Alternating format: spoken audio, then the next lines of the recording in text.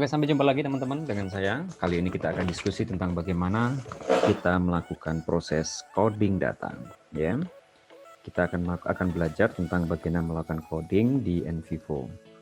Ya, sebelum kita belajar tentang bagaimana coding di NVivo, yang pertama kali perlu saya dudukkan adalah tentang bagaimana logik di belakang coding itu sendiri ya. Kenapa dan bagaimana bentuk codingnya? Karena bentuk coding itu tidak ada yang baku.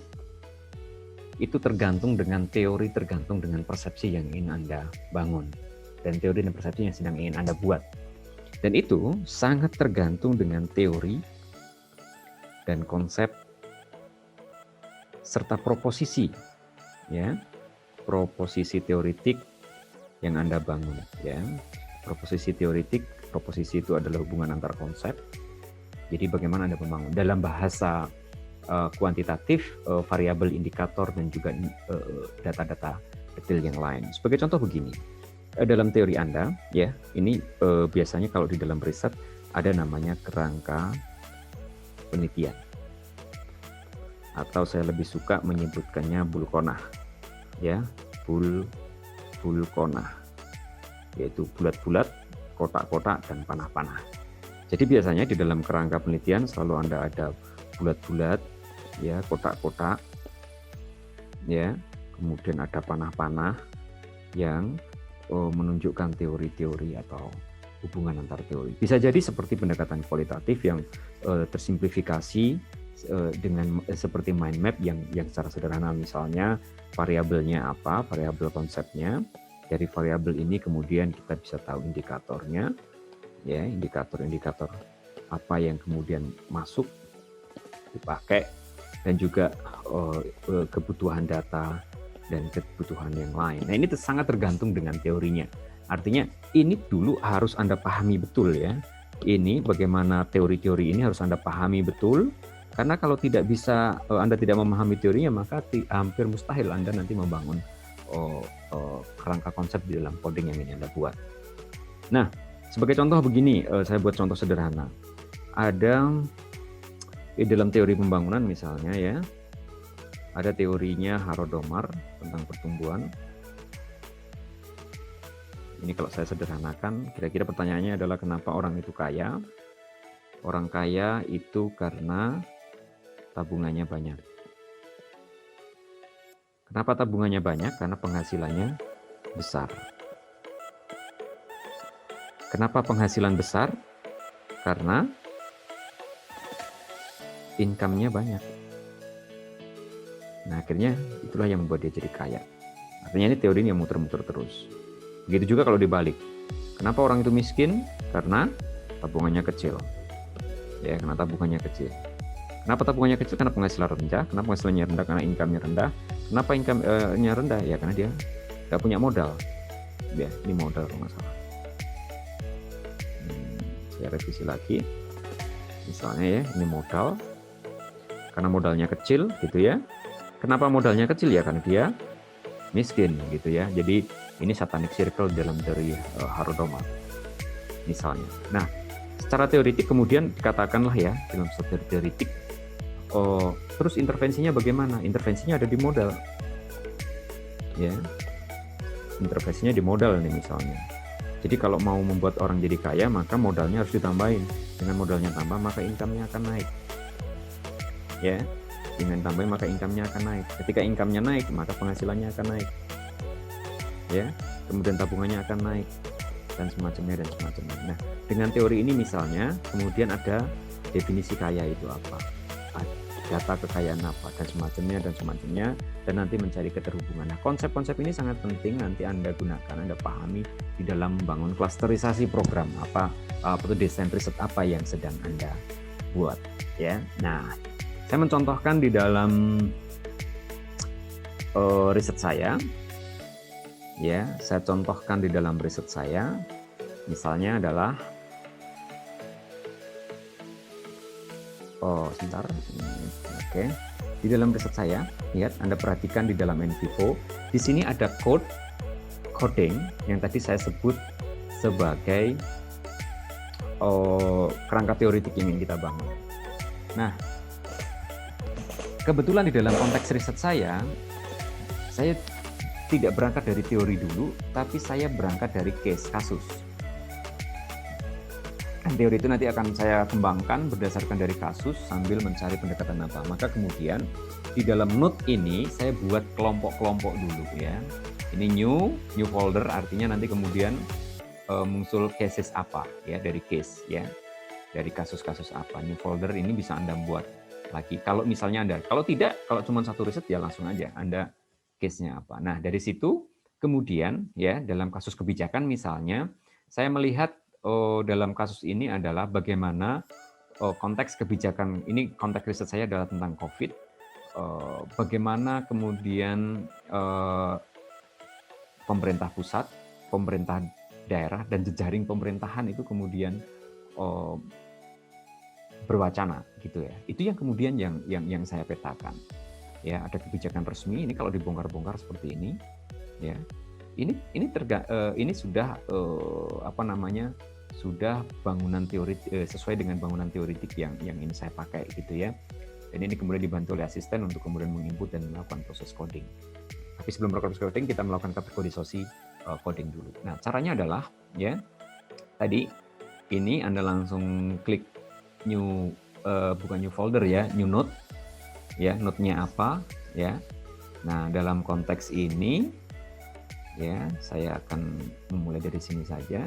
Note-nya ini kita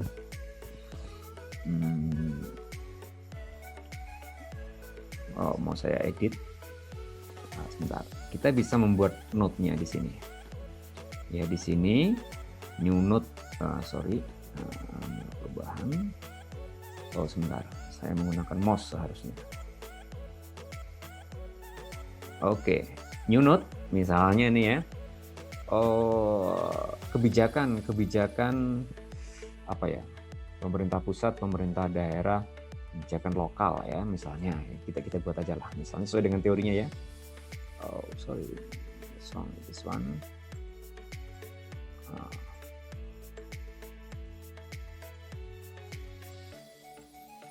Saya nggak tahu ini apa yang sedang terjadi.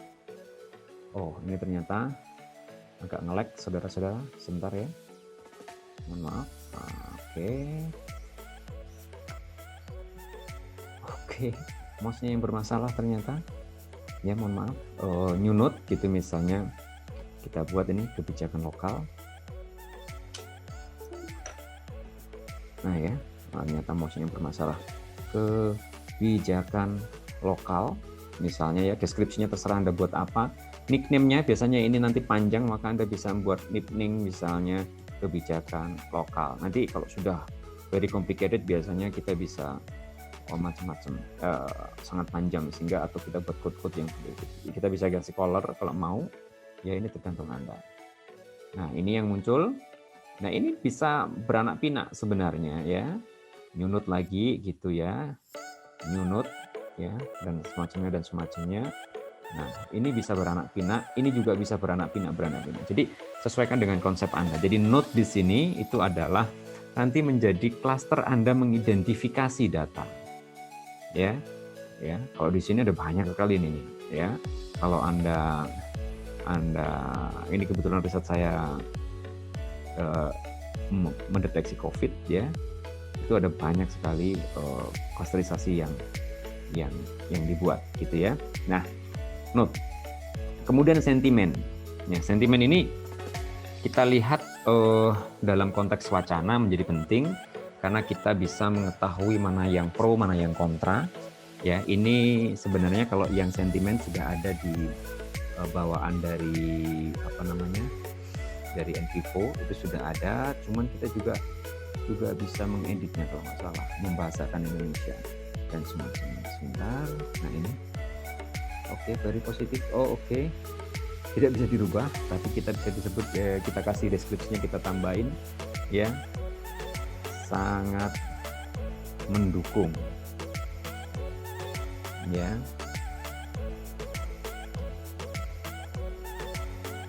Fungsinya apa? Nanti kita lihat, nanti kita akan tahu ya. Kemudian relationship. Nah, relationship ini teman-teman, ini adalah sebelum kita masuk relationship, maka kita masuk ke relationship type ya. Nah, Seperti tadi saya sampaikan bahwa ketika menghubungkan satu konsep dengan konsep yang lain, artinya kita sedang membangun proposisi, maka kita bisa menggunakan mode relationship, ya. Contoh nih, new relationship, ya. Misalnya panah yang ini kan macam-macam panahnya ya. Ini misalnya kalau Anda contoh di sini ini saya pakai adalah associated, berhubungan, kritik, mempengaruhi, saling mempengaruhi, terkait atau dipengaruhi misalnya ya. Mempengaruhi tapi kalau sudah mempengaruhi sudah, kan itu adalah pengaruh. Misalnya mengintervensi ya. Misalnya konteksnya apa? Ya Anda tulislah bla bla bla bla bla bla bla bla bla gitu ya. Nah, coordinate bentuknya nanti yang kemudian Anda bisa tentukan. One way ya misalnya ya. Oke. Maka ini akan menjadi relasi. Fungsinya apa? Fungsinya nanti kita bisa menghubungkan dari satu konsep ke konsep yang lain. Misalnya nih, saya kasih contoh ya, bisa dari files, jadi bahwa CNN itu apa gitu bisa, tetapi kalau saya biasanya menggunakannya untuk konsep ya. Misalnya nih, kebijakan resmi pemerintah, kebijakan ekonomi ya, misalnya mempengaruhi. Nah misalnya apa nih konsepnya, kebijakan ekonomi, kebijakan lokal, keberhasilan jejaring misalnya ya.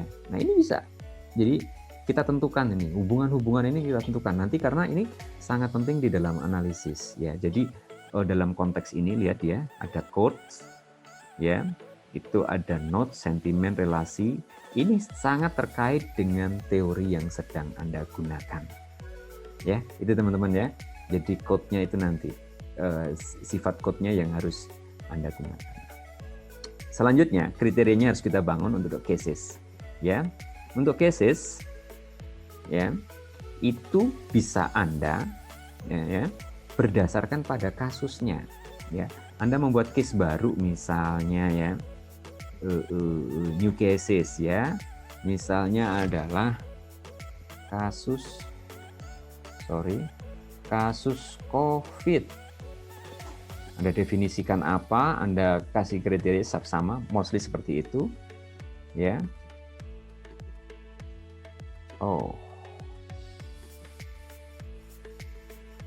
Sebentar, ini ternyata masuk sini tadi, mohon maaf salah, sorry agak lag dikit.